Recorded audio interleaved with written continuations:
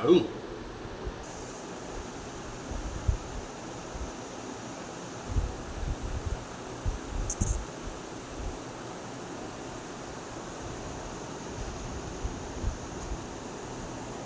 কি গো তুমি খাচ্ছ?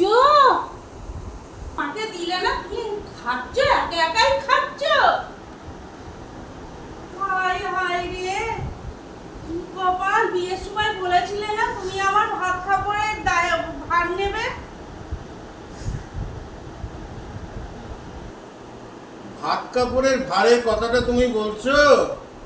আচ্ছা শোনো, এই যে নেতা মন্ত্রীরা কত তো শপথ করে, কত তো কথা বদায়, এটা করব ওটা করব সেটা করব, তা সব টাকা পয়সা তো গিলে খাচ্ছে নিজে।